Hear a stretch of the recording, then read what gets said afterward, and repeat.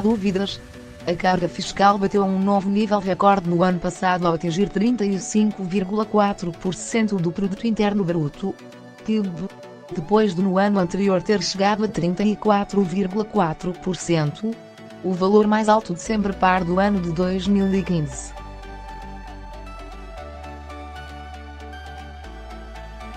Mas o ministro das Finanças afasta esse cenário e opta por usar um novo indicador: medir a pressão fiscal que fica para o futuro.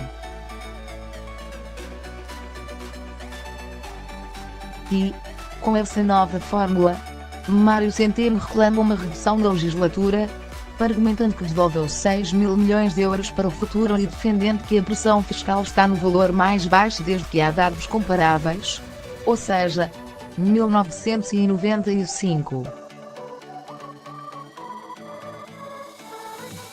Para esta subida, contribuíram os aumentos dos impostos sobre o rendimento, IRS e IRC, que cresceram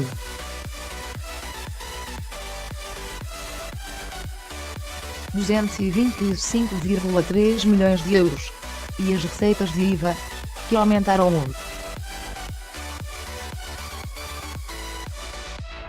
0,40,4 milhões de euros. No total, a carga fiscal aumentou 329,8 milhões de euros. Para termos uma noção do que representa este montante, saiba que o novo aeroporto de Montijo vai exigir um investimento global de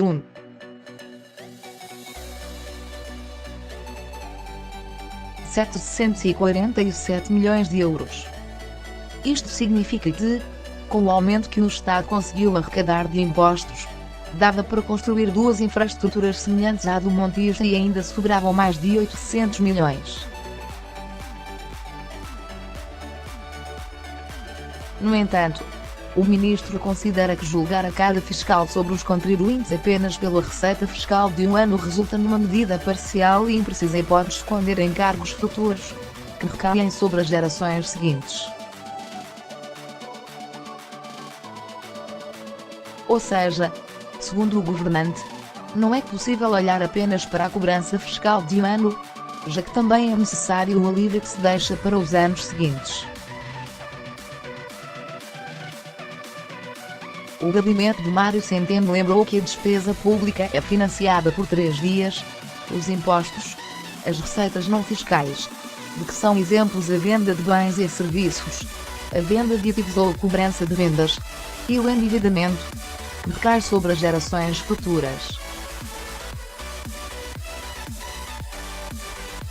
Além disso, chama ainda a atenção que a relação entre a despesa, por um lado, e impostos e endividamento, por outro, mostra como é importante saber não apenas que impostos se cobram em cada ano, mas também a parte da despesa que fica para pagar no futuro, isto é, o déficit orçamental que se materializa no aumento da dívida pública.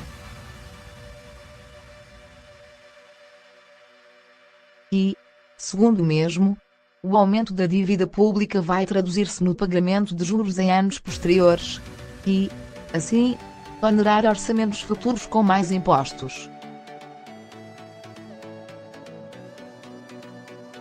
Também António Costa tem rejeito o cenário de que o aumento da receita se deve a um aumento de impostos, preferindo justificar que tal se deveu ao aumento daquilo que são os rendimentos das famílias, que são o número de postos de trabalho criados e que é o crescimento da economia, como existiu esta semana no debate quinzenal.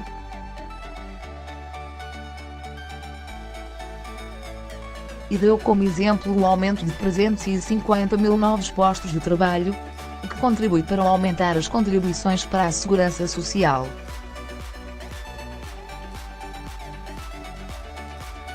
Neste momento, existem mais empregos e mais salários, afirmou o primeiro-ministro, acrescentando que esta é uma receita virtuosa e não a receita viciosa que existiu no tempo do anterior governo, respondendo aos ataques dos centristas.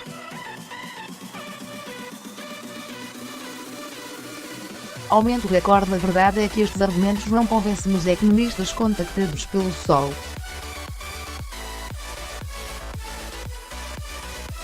Ainda assim, João Ferreira do Amaral estranha as críticas que têm sido feitas da esquerda à direita e lembra que para reduzir o déficit ou se aumenta a cobrança de impostos ou se contém a despesa.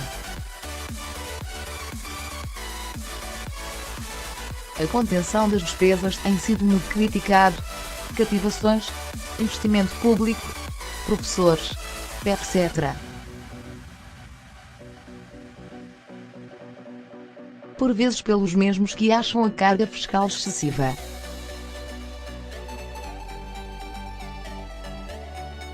A velha demagogia da redução miraculosa do déficit sem maior cobrança de impostos ou contenção da despesa dá bem a medida da imaturidade persistente da nossa democracia, diz ao Sol.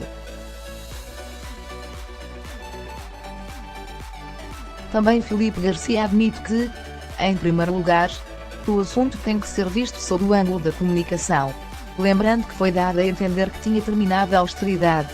Mas não tem dúvidas, os números mostram que não é esse o caso. O aumento da carga fiscal supera o enorme aumento de impostos anunciado por Vítor Gaspar.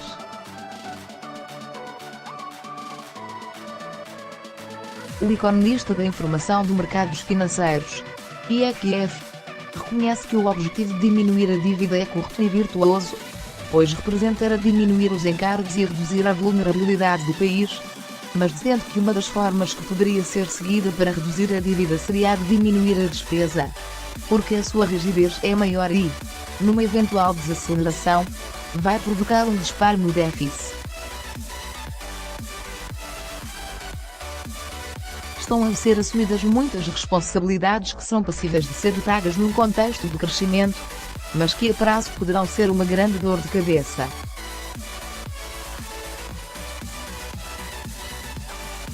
E isto sem ter em conta prestações sociais, como desemprego e reformas, que tenderão a aumentar num contexto mais difícil de emprego, diz ao Sol, lembrando também que nestas contas não está a ser contemplado o fator envelhecimento da população.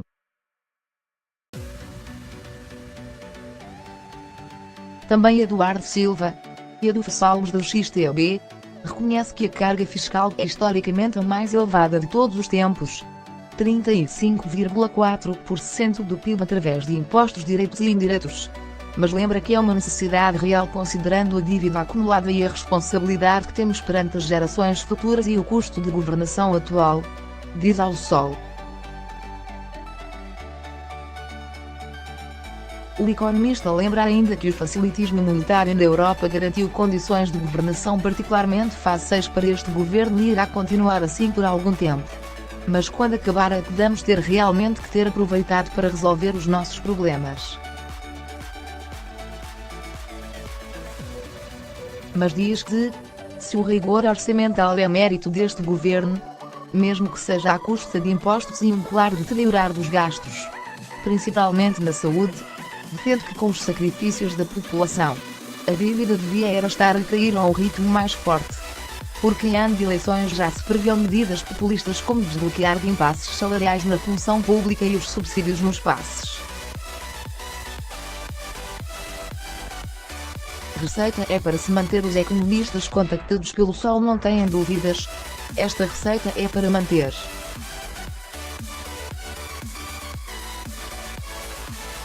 Não existe margem a quem reduzir a carga fiscal e descurar no rigor orçamental está simplesmente a empurrar o problema para a frente e comprometer as gerações futuras, diz Eduardo Silva, acrescentando, o que tem de ser feito é garantir que os esforços são direcionados para garantir a sustentabilidade futura e claramente não está a ser feito a um ritmo que cria uma almofada para quando as condições de financiamento se alterarem.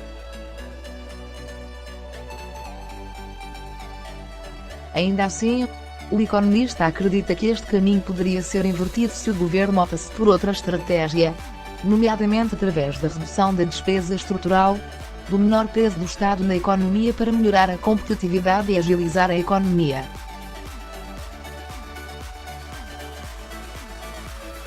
Também João Ferreira do Amaral garante que, tendo em conta as regras de Bruxelas, não vê outra alternativa melhor.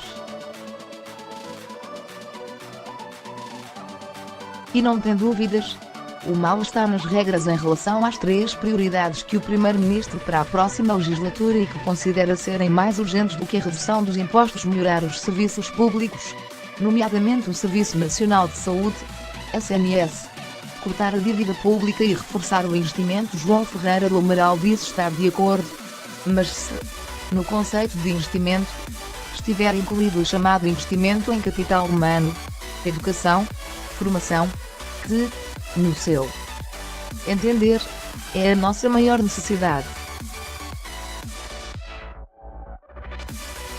A redução da dívida pública não deveria ter a mesma prioridade das outras, mas mais uma vez deriva das regras bruxelenses, diz ao Sol.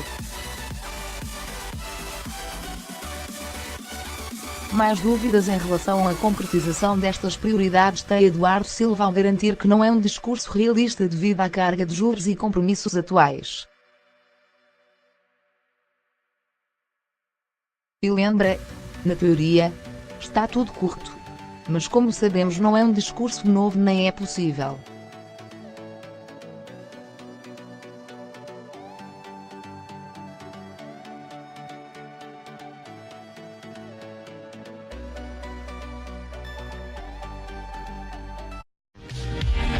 Your friends all say